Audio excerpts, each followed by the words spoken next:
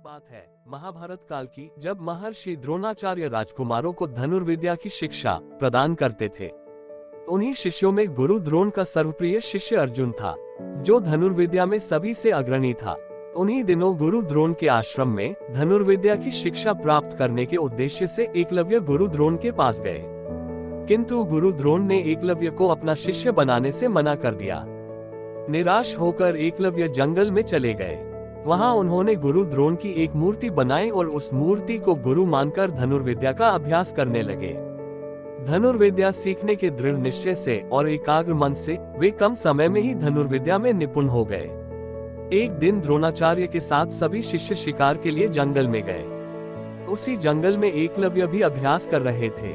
तभी राजकुमारों का कुत्ता भटक कर एकलव्य के आश्रम में पहुंच गया। कुत्ता एकलव्य को देखकर भौंकने लगा। एकलव्य ने कुत्ते को शांत करने के लिए उस पर इस तरह से बाण चलाए कि कुत्ता वहीं बंध गया।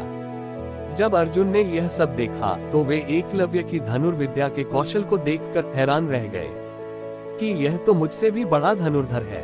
और यह घटना उन्होंने द्रोणाचार्य को बताई और द्रोणाचार्य अपने शिष्यों के साथ एकलव्य के आश्रम पहुंचे। द्रोणाचार्य ने पूछा, हे वत्स, यह बाण तुम्ही ने चलाए हैं? एकलव्य के स्वीकार करने पर पुनः प्रश्न किया, तुम्हें धनुर्विद्या की शिक्षा देने वाला कौन है? एकलव्य ने कहा, मैंने तो आपको ही गुरु मानकर विद्या हासिल की है। और द्रोणाचार्य को मूर्ति के समक्ष ले गए। द्रोणाचार्य बोले, यदि मैं तुम्हारा गुरु है तो मुझे गुरु दक्षिणा देनी होगी।